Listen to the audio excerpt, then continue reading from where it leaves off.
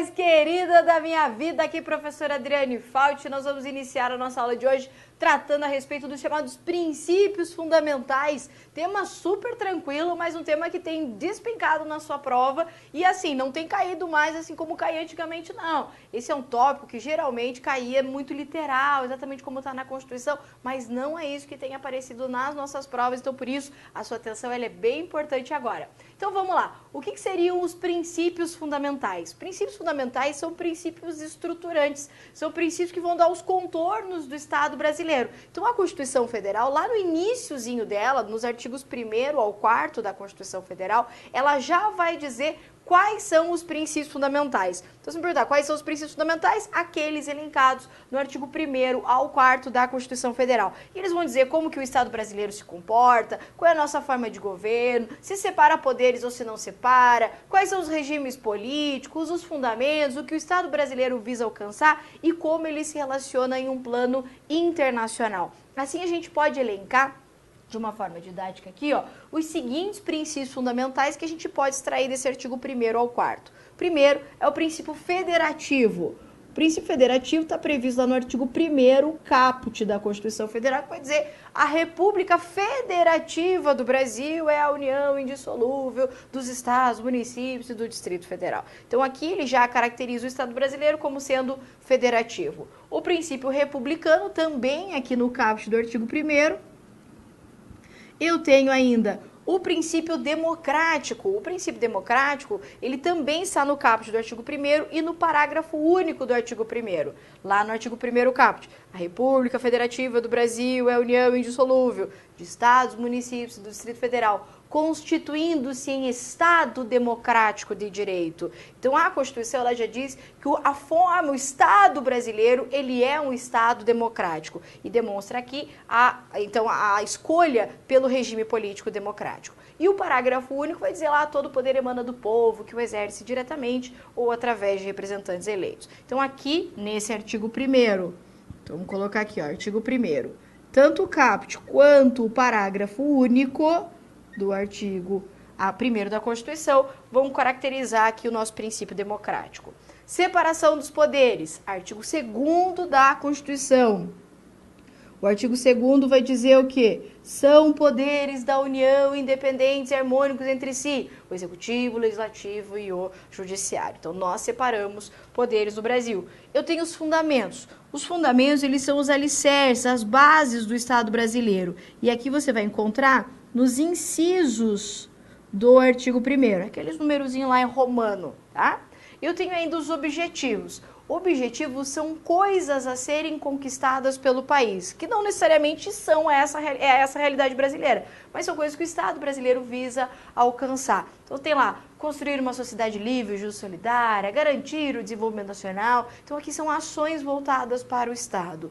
Os objetivos estão lá no artigo 3º da Constituição Federal. E eu ainda tenho princípios nas relações internacionais. Esses princípios nas relações internacionais vão dizer como que o Brasil se relaciona em um plano internacional, em relação a outros estados. Esses princípios aqui estão lá no artigo 4º da Constituição Federal. Então, a primeira coisa é você entender quais são os princípios fundamentais, ver que eles estão aqui distribuídos do artigo 1º ao 4º da Constituição e, infelizmente, aqui a memorização, ela é indispensável. Mas fica tranquilo que a gente tem mnemônica, a gente tem forma de você decorar, quando você vê, você já decorou quais são os princípios fundamentais. Então, todos eles se caracterizam como princípios. Uns são princípios e fundamentos, outros são princípios e objetivos, outros são princípios e também princípios nas relações internacionais, ok? Vou apresentar para você aqui uma classificação, que é a classificação do professor José Afonso da Silva. Professor, eu preciso saber essa classificação? Sim, essa classificação já foi cobrada em prova, mas fica tranquilo que é nada daquilo que a gente não tenha falado anteriormente. Só que esse doutrinador, que é bem importante para o direito, ele classifica esses princípios fundamentais em grupos. Essa classificação aqui já foi cobrada pela banca CESP. Quer ver como que ele faz? Ele vai dizer assim, ó, existem princípios fundamentais que são relativos à existência, à forma e estrutura do Estado. Por exemplo, o princípio federativo, que a gente acabou de falar. Por exemplo, quando falamos em soberania do Estado brasileiro, também é um princípio relativo à estrutura do Estado. Aqui, princípios relativos à forma de governo. Princípios relativos à forma de governo é, por exemplo, o princípio republicano. Então, nós temos na Constituição princípios fundamentais relativos à forma de governo? Sim, quando ela fala que o Brasil é uma república. Temos princípios relativos à organização dos poderes? Temos sim, que a gente viu que é o princípio da separação dos poderes. Temos ainda princípios relativos à organização da sociedade.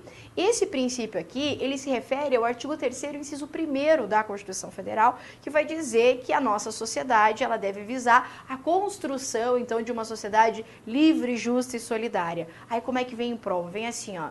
Entre os princípios fundamentais, não existe princípio fundamental voltado para a organização da sociedade. Errado, porque existe sim princípio fundamental voltado para a organização da sociedade, ok?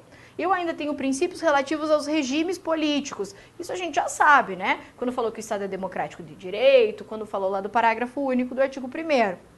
Princípios referentes a prestações positivas do Estado. E essa foi uma questãozinha de 2016 que pegou muita gente. Se a gente for pensar nos objetivos da República, eu tenho lá, construir uma sociedade livre, justa e solidária, garantir o desenvolvimento nacional, erradicar a pobreza e a marginalização e reduzir as desigualdades sociais regionais, promover o bem de todos, sem distinção de sexo, qualidade e quaisquer outras formas de discriminação. Esses objetivos, eles estabelecem nada mais nada menos do que prestações positivas do Estado. Você não concorda? São coisas que a Constituição diz, Estado, você tem que fazer isso aqui, você tem que alcançar esse objetivo. Então eu tenho na nossa Constituição obrigações aqui que referem-se a prestações positivas do Estado dentro dos princípios fundamentais. Como que caiu em prova? Caiu exatamente assim, ó.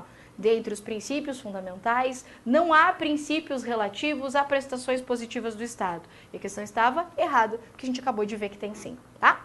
E ainda tem princípios relativos à comunidade internacional, que nada mais é também do que aqueles princípios nas relações internacionais. Então, bem simples. Agora a gente entendeu quais são os princípios fundamentais, que eles estão lá do artigo 1º ao 4º da Constituição, e como esses princípios se encaixam dentro dessa classificação. Aqui, nada que você não conheça, apenas uma forma de classificar, ok?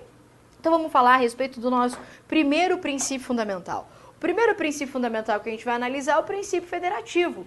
E o princípio federativo define a nossa forma de Estado. A forma de Estado é a forma como os poderes políticos se distribuem dentro de um determinado território. Só que antes da gente falar quais são as formas de Estado existentes, vamos analisar o que é um Estado. Vamos lá. Então, o que é um Estado? O Estado nada mais é do que uma sociedade. O Estado é um país, tá? Na nossa linguagem aqui seria um país. Como que faz para um negócio ser chamado de país? Como é que eu olho para aquilo e falo que aquilo é um país? Como que eu sei que aquilo é um Estado? O Estado é uma sociedade política que possui alguns elementos próprios. Então, para existir um Estado, eu preciso, primeiro, ter um povo. Esse povo, como que eu identifico quem é o povo de um Estado? Então, primeira coisa, o povo é o elemento humano do conceito de Estado. Eu sei que uma pessoa integra o conceito de povo de um determinado Estado se ela tiver a nacionalidade daquele Estado. Então, quem integra o povo brasileiro? Aquele que tiver a nacionalidade brasileira. Quem define a nacionalidade brasileira? O próprio Estado brasileiro, na Constituição. Então ele vai dizer lá, nasceu o território brasileiro, é brasileiro nato. Então essa definição de nacionalidade quem faz é o próprio Estado. Então quem integra o conceito de povo é aquele que possui o critério da nacionalidade, que é um vínculo com o Estado de natureza jurídica, de natureza política.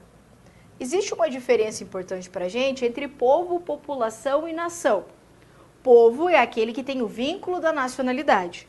População é um conceito numérico. População é o número de pessoas existentes em um determinado território naquele momento histórico em que foi feito lá o censo. Então eu conto as pessoas que estão dentro do território brasileiro. Nesse caso aqui eu posso dizer que população abrange tanto os nacionais aqui residentes, mas também os estrangeiros. Então aqui é apenas uma questão numérica a população. Diferente também do conceito de nação. O conceito de nação é um conceito sociológico. Aqui eu identifico as pessoas não por onde elas estão, em qual território elas estão, e sim por questões culturais, históricas, linguísticas. Tá? Então, povo, aquele que possui a nacionalidade, população, um conceito meramente numérico, número de pessoas aqui nacionais e estrangeiros, e nação, um conceito sociológico, o que une pessoas pela língua, pelos costumes, pela história. Muito bem, eu tenho ainda o segundo elemento, que é o elemento material, que é o território. Então, para que um Estado exista, ele tem que ter um espaço territorial onde ele vai mandar no seu povo, certo? Então, o espaço territorial onde o país, o Estado, exerce a sua soberania, nós chamamos isso de território. Tenho ainda o conceito de soberania. O que é soberania? Soberania é o elemento formal do Estado. Também pode aparecer na sua prova governo soberano. A CESP já colocou uma vez, dizendo assim, que são elementos do Estado, povo, território e governo, e ela deu como correta. É claro que melhor seria ela dizer governo soberano, mas ela disse governo e deu a questão ali como correta. Então, qual que é o terceiro elemento? Soberania ou governo soberano. O que é isso?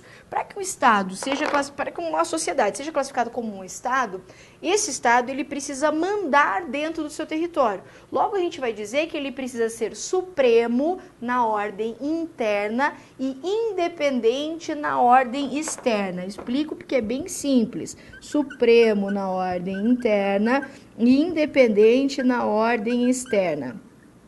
Para eu olhar um grupo de pessoas reunidas em um território e falar aquilo é um país, essas pessoas ali, elas têm que se autodeterminar. Dentro do território tem que ser o Estado que manda ali dentro. Então, no nosso caso, o Brasil, ele tem soberania? Claro que tem. Por quê? Porque quem dá a última palavra para nós aqui dentro é o Estado brasileiro. Seja através do nosso poder executivo, do presidente, do legislativo, fazendo as leis que nos obrigam a fazer coisas, como também pelo judiciário que decide os nossos conflitos. Então, em última análise, quem dá a última palavra dentro do território brasileiro é quem? É o próprio Estado brasileiro. Isso é soberania. Além disso, soberania num plano externo significa ser independente. Para que um país seja chamado de país, ele não pode estar subordinado a outro país. Ele não pode ser colônia de outro Estado, certo? Então, o que significa ter soberania? Que um conceito clássico de soberania significa ser supremo aqui dentro, é ele que manda aqui dentro do território, e significa ser independente, não é subordinado a nenhum outro Estado internacional. Então, para que exista o Estado, eu preciso de pelo menos 3 elementos: povo, território e soberania. Então, quais são as formas de Estado existentes? Nós temos 2 formas de Estado importantes aqui para a gente: o Estado unitário e o Estado composto ou federativo. Estado simples ou unitário é aquela modalidade de Estado que possui apenas uma unidade de poder político. Lembra que eu disse para você que formas de Estado, uma forma varia em relação a outra forma de Estado, de acordo com a distribuição de poderes políticos em razão do território. Então, se eu tenho um Estado e existe um único poder político que manda em tudo, chamo isso de Estado unitário. Quando eu tenho uma divisão interna de várias unidades de poder político, eu tenho uma federação ou Estado composto, certo? Então, Estado unitário é aquele que tem um poder político e a federação quando tem mais de um poder político. Estados com extensão territorial menor geralmente adotam a forma de Estado unitária. Vê um exemplo? França, Uruguai, Paraguai, têm extensões territoriais pequenininhas. Logo, eles não precisam ter um monte de unidade política interna. Tendo um poder só, uma união, já é suficiente para conseguir organizar aquele território. Diferente do Brasil.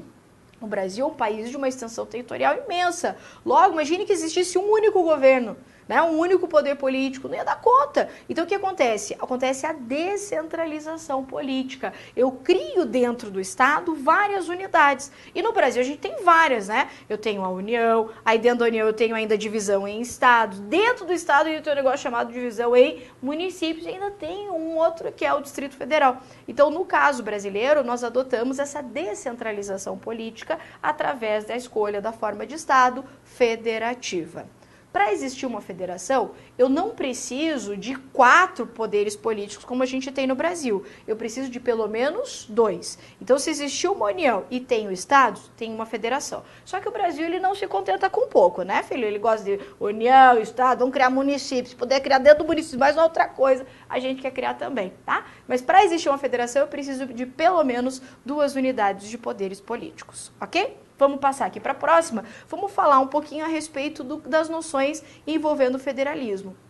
O federalismo, como eu disse, ele nada mais é do que uma aliança, uma união entre entes, em prol de um todo, certo? Isso é federalismo. Quando que surgiu essa forma de Estado federativa? Ela surge com a Constituição norte-americana em 1787. Isso aqui já foi objeto de prova também. Então, quando que surge esse modelo de Estado federativo? Com a Constituição americana de 1787. No Brasil, nós adotamos essa forma em 1889 com a Proclamação da República. Então, junto com a Proclamação da República, nós tivemos a adoção do modelo federativo. Só que nós tivemos esse modelo previsto em uma Constituição apenas em 1891. Então, quando que surge o federalismo no Brasil? Em 1889, com a proclamação da República. O mesmo decreto que proclamou a República, proclamou a forma de Estado federativa. Só que isso só foi formalizado em uma Constituição em 1891.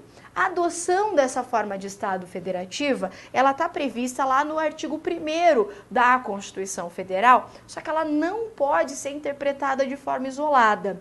Eu tenho que entender o federalismo, como ele funciona no país, com o artigo 1º, mas também analisando o artigo 18 da Constituição Federal. Quer ver? Vem comigo ali na tela, para eu destacar algumas coisas importantes, para a gente também não errar, questãozinha fácil. Olha o que diz o artigo 1º. A República Federativa do Brasil, formada pela união indissolúvel dos estados e municípios do Distrito Federal, constitui-se em Estado democrático de direito e tem como fundamentos, tá? Esse união que ela se refere aqui, ó, tá no sentido de união de junção, sim e não ao mesmo tempo. Isso porque essa união aqui, apesar de não estar com letra maiúscula, é a união como a gente conhece hoje, tá? Então vamos analisar aqui o artigo 18 junto. Olha o que diz o 18. A organização político-administrativa da República Federativa do Brasil compreende a União, os estados, o Distrito Federal e os municípios, todos autônomos nos termos dessa Constituição. Essa união que está aqui, ó, em letra maiúscula, é a mesma união que a gente viu aqui em letra minúscula. É claro que seria maravilhoso se no artigo 1º ele tivesse colocado união com letra maiúscula, mas essa união no sentido de junção indissolúvel é a mesma união do artigo 18. Logo, a gente pode dizer que o Estado brasileiro, que é chamado de República Federativa do Brasil, que é o nome do país Brasil, esse ente aqui é dotado de soberania, porque é o Estado, lembra? Tem povo, território, soberania. Essa é o nome do país Brasil, República Federativa do Brasil. Esse ente aqui é formado pela junção de outros entes. Quem são esses entes políticos? Eu tenho a União, eu tenho os estados, eu tenho os municípios e o Distrito Federal. Esses entes aqui, ó, não têm soberania. Esses entes aqui possuem autonomia política. Autonomia política. Ai, professora, autonomia e soberania é a mesma coisa? Claro que não, claro que não. Soberania é essa capacidade de ser supremo dentro do seu território, mandar na coisa toda. Autonomia é mais simples que isso. Autonomia significa poder se organizar, poder fazer suas próprias leis, poder ter receitas próprias. Tópico esse que a gente vai estudar com mais detalhes lá em Organização do Estado, tá? Mas o que eu quero que você saiba aqui, que é o que cai nesse tópico de federalismo, em princípios fundamentais, é que quem tem soberania é o Estado brasileiro, República Federativa do Brasil. Esses entes aqui não têm soberania, eles possuem autonomia. Logo, eu posso afirmar que República Federativa do Brasil e União são coisas diferentes. A República Federativa do Brasil é o Estado, é aquele que se relaciona internacionalmente. Quem vai lá na ONU conversar com os caras? República Federativa do Brasil. Logo eu vou dizer que essa República Federativa é uma pessoa jurídica, anota isso que é importante, de direito público internacional. Porque é o país Brasil, né, que vai se relacionar lá com os outros países. Esses outros entes aqui não são pessoas de direito público internacional, são pessoas jurídicas de direito público interno. Porque são entes dentro do país Brasil. Como que vem em prova? Um monte de questão dizendo que a União é pessoa jurídica de direito público internacional. E não é. Ela é pessoa jurídica de direito público interno, porque ela é uma pessoa dentro da unidade federativa Brasil. Certo? Muito bem. Outra coisa que é importante é que eu disse que eles possuem autonomia. Se eles possuem autonomia, é porque não há hierarquia entre os entes da federação. Então, um ente federativo não manda no outro ente federativo. Eles são todos iguais em termos de relação hierárquica. Então, a União não manda no Estado, nem o Estado manda no município. Ao contrário do que muita gente pensa, né? Que acha que a União manda em tudo, mas não é. A União, ela tem as suas atribuições, o Estado a deles, os municípios a deles, o Distrito Federal a dele também. Um não manda no outro. Não existe hierarquia, portanto, entre os entes da federação. Ok? Vamos ver um pouquinho mais. Bom, agora que a gente entendeu, então, o que é o federalismo, quais são os entes que compõem a federação, vamos esquematizar aqui no quadro quais são as principais características de um modelo federativo. Primeiro, aquela que você já sabe, para existir uma federação tem que ter soberania do Estado federal, que no nosso caso, República Federativa do Brasil. Eu tenho que ter autonomia dos entes que compõem a federação, da União, dos Estados, dos municípios, do Distrito Federal. Todos eles são autônomos. Essa terceira característica talvez é uma das mais importantes para a sua prova. A Constituição vai nos dizer que essa República Federativa do Brasil, ela é uma união indissolúvel. Isso significa o quê? Que em um modelo federativo não pode um ente federado se separar da federação. Isso não significa que dentro da organização política do Brasil eu não possa, por exemplo, criar novos estados, criar novos municípios. Isso eu posso. O que não pode é uma unidade já existente se separar do país Brasil. Por exemplo, você já deve ter ouvido falar a respeito de movimentos separatistas no Brasil, especialmente o povo do Sul aqui, que quer separar Paraná, Santa Catarina, Rio Grande do Sul. Não sei do que nós vamos viver, né, gente? Sei lá, da soja, de certo, né? Porque, por favor, né? Mas tem louco pra tudo. Quer separar o Brasil, aquela história toda. Você acha que isso é possível? Aí muitos falam assim, não, pode sim, através de plebiscito. Claro que não pode. O modelo, ele é federativo. Ah, mas lá na Irlanda... Irlanda é Brasil? Irlanda é federativo? Lá nos outros países... Não, não é. Então é por isso que lá pode, aqui não pode. Aqui no Brasil não existe o chamado direito de secessão. O direito de secessão seria o direito de se separar de um modelo de Estado. No Brasil, por ser uma federação, não há esse direito. Inclusive, caso um Estado queira aí tomar corpo um movimento separatista, é hipótese de um dos requisitos que a gente vai falar ainda, chamada de intervenção federal. Certo? Então, o pacto, ele é o quê? Indissolúvel. Se começar a querer separar, a União pode vir e se meter nessa história toda. A ideia é que haja aqui a indissolubilidade ou indissociabilidade do núcleo federativo. Ok? Muito bem. A quarta característica é a seguinte: para que exista uma federação, eu tenho que ter um documento formal, escrito, que constitua esse pacto. O documento formal escrito que a gente tem é quem? A Constituição Federal. Então, a Constituição Federal é o documento formal, solene, escrito, que cria e institui esse modelo federativo.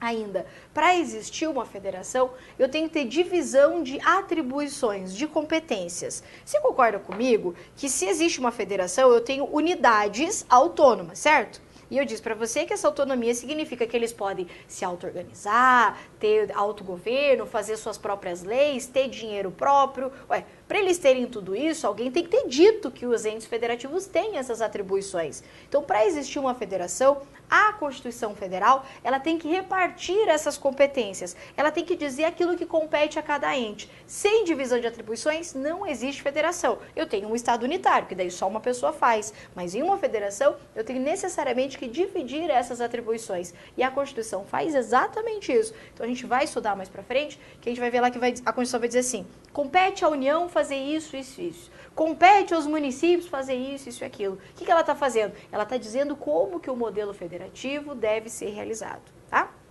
A nossa sexta característica aqui, ela é super importante. Para existir um federalismo, eu preciso que as vontades parciais tenham voz junto ao poder central. Presta bem atenção. Eu tenho um ente que representa a vontade do todo, não tenho? Acompanhe. Tenho ou não tenho? Tem, que é a União, certo? A União é o ente que representa a vontade de toda a federação. Só que como que a União vai formar a vontade do todo? Como que a União sabe o que o país Brasil precisa? Ué, ela vai ter que ouvir as vontades parciais. Vontades de quem? Dos estados, certo? Então os estados, eles têm que ter voz junto à União.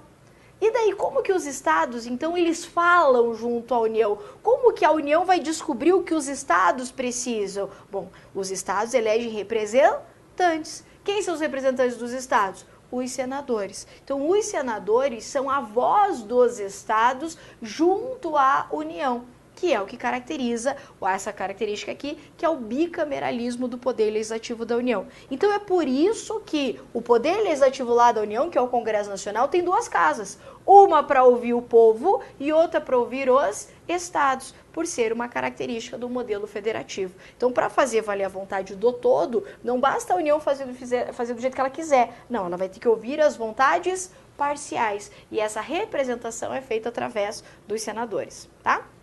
A nossa sétima característica, que foi a que eu comentei, que é a intervenção federal. A intervenção federal é um requisito de manutenção da federação. Então, se alguém está descumprindo esse pacto federativo, pacto esse previsto de forma taxativa lá na Constituição, pode ocorrer a intervenção federal. Intervenção é o contrário da ideia do federalismo, que a ideia do federalismo é que um ente seja autônomo em relação a outra. Mas em situações excepcionais, para manter esse pacto federativo, ocorre a intervenção federal. E ainda a nossa última característica aqui, que é a possibilidade de controle jurisdicional ou judicial de constitucionalidade. Explico. A gente monta um estado com vários entes. Então, eu tenho vários entes com competência disso, você faz aquilo, você faz aquele outro. Todo mundo está bem bonito fazendo as suas atribuições. Eu tenho o Estado Federal com soberania, todo mundo com autonomia, maravilha. E se alguém começar a descumprir esse acordo? E se, de repente, o Estado começar a fazer uma lei, que quem tem que fazer a lei é a União? E se o município falar assim, ah, não, eu quero fazer uma Constituição aqui dentro da minha casa? Quem que vai dizer, não, município, você não pode fazer isso? Quem pode controlar a constitucionalidade? Quem pode analisar se está todo mundo cumprindo aquilo que a Constituição Federal determinou? Como regra, quem faz controle de constitucionalidade no nosso país é o Poder Judiciário. E especialmente quem? Especialmente o STF, que é o tal do guardião da Constituição Federal. Então, para existir um modelo federativo, eu tenho que ter um ente, um órgão, que vai fazer o controle disso tudo. Que no nosso caso, com preferência, mas não só, é o Poder Judiciário. Ok? Muito bem.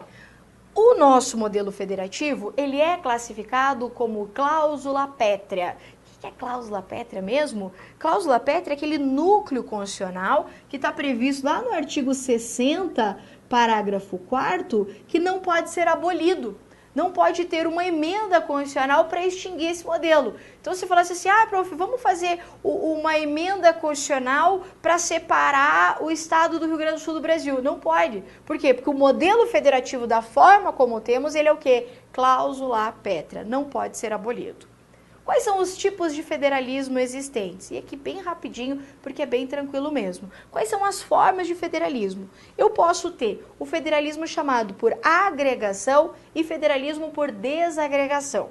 Um federalismo por agregação é aquele que se forma a partir de outros países que se unem. É o caso dos Estados Unidos. Os Estados Unidos, eu tinha vários países, que eram as 13 colônias e tal, que se juntaram para formar uma federação. Então, cada um era um paizinho que juntou com outro paizinho, que juntou com outro paizinho.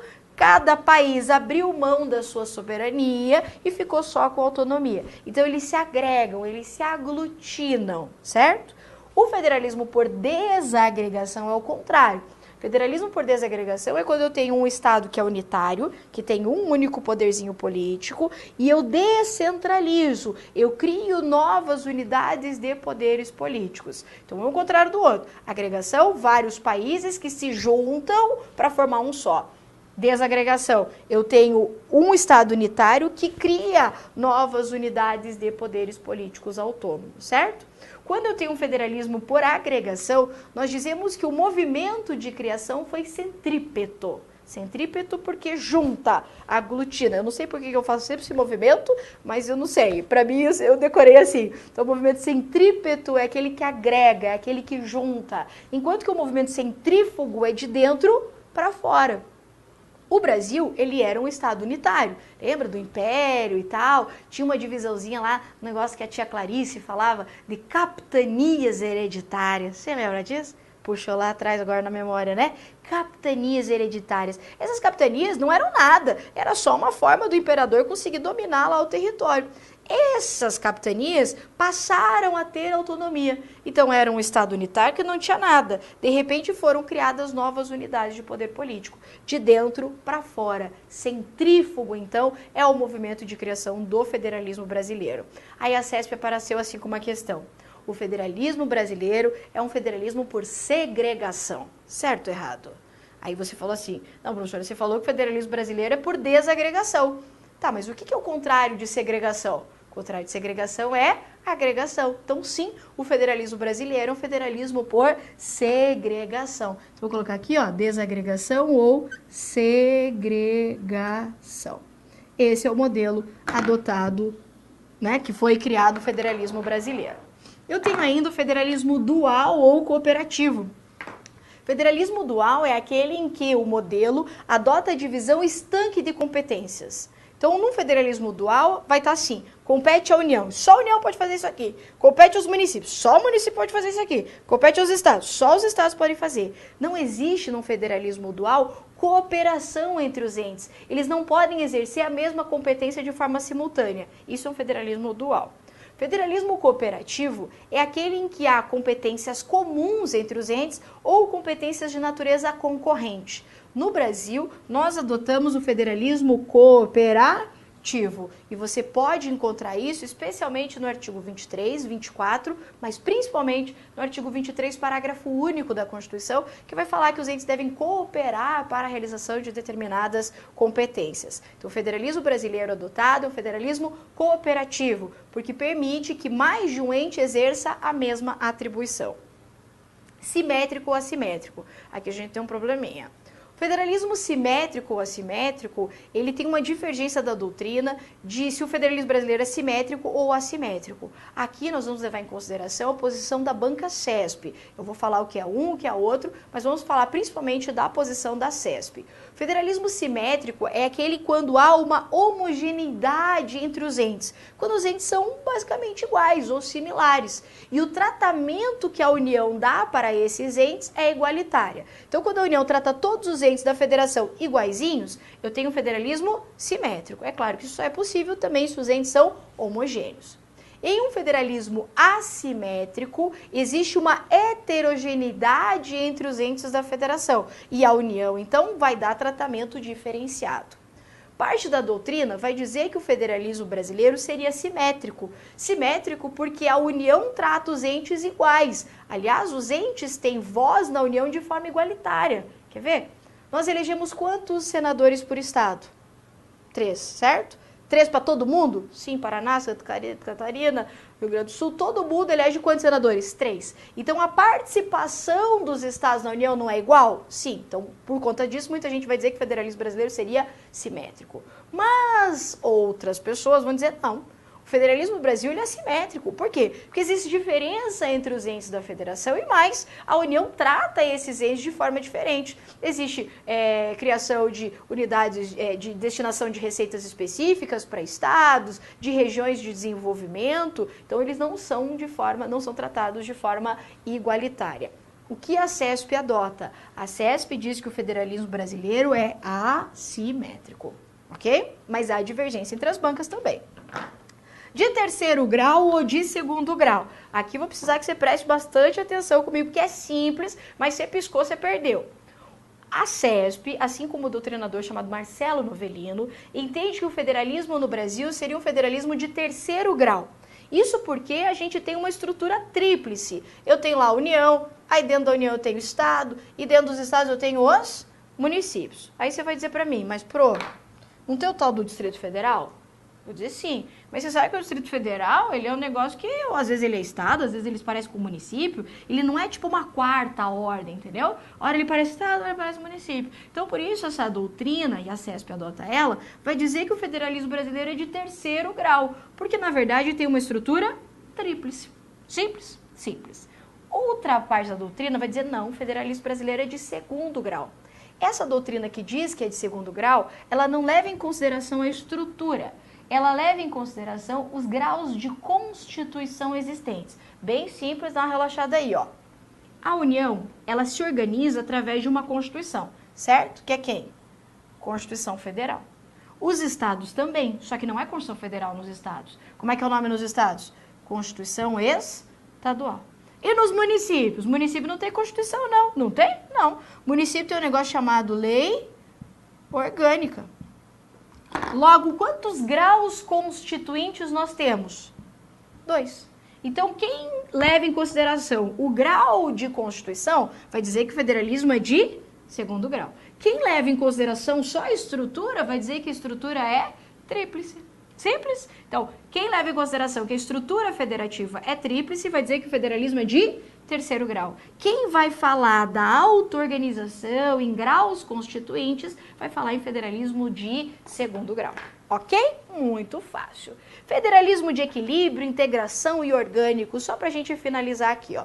O federalismo de equilíbrio é aquele que visa equilibrar as atribuições no modelo federativo. Então, quando existe uma distribuição igualitária, equilibrada de atribuições, chamamos de federalismo de equilíbrio.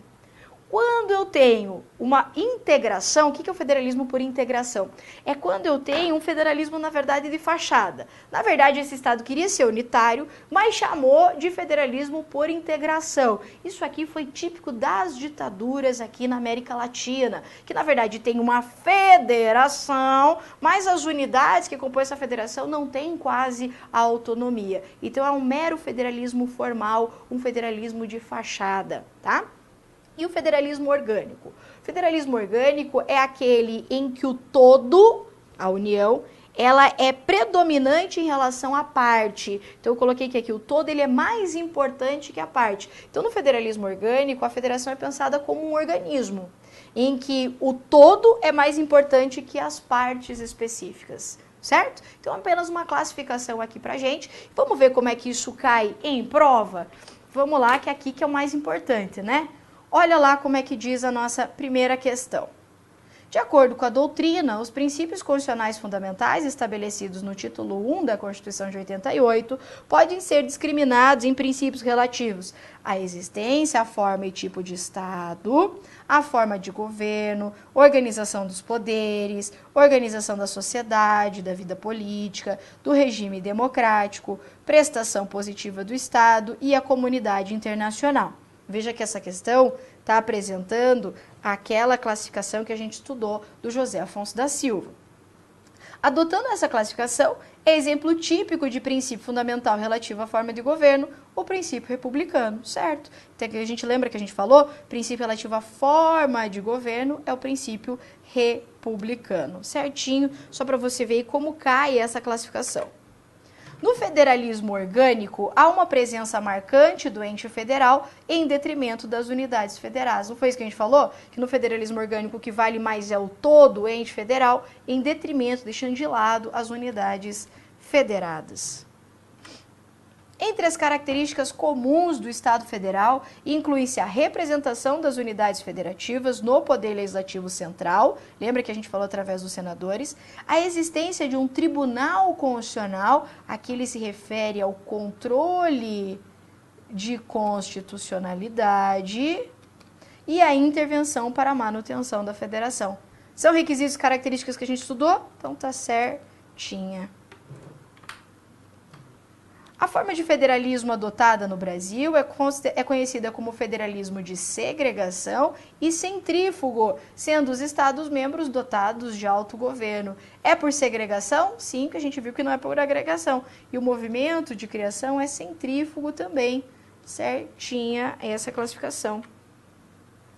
Olha aqui. O federalismo brasileiro constitui um federalismo de duplo grau, por ter a Constituição da República reconhecido aos municípios autonomia política, administrativa, normativa e financeira, e definido suas competências privativas, regra geral, de forma expressa. O que a gente viu? Todas as questões são CESP, né? A gente viu que ela está o quê? Errada, porque o federalismo, quando ele considera aqui a figura dos municípios, é um federalismo, na verdade, de terceiro grau. Ok, senhor? Espero muito que você tenha gostado da nossa aula. Era isso que nós tínhamos para a nossa aula de hoje. Forte abraço e até a próxima.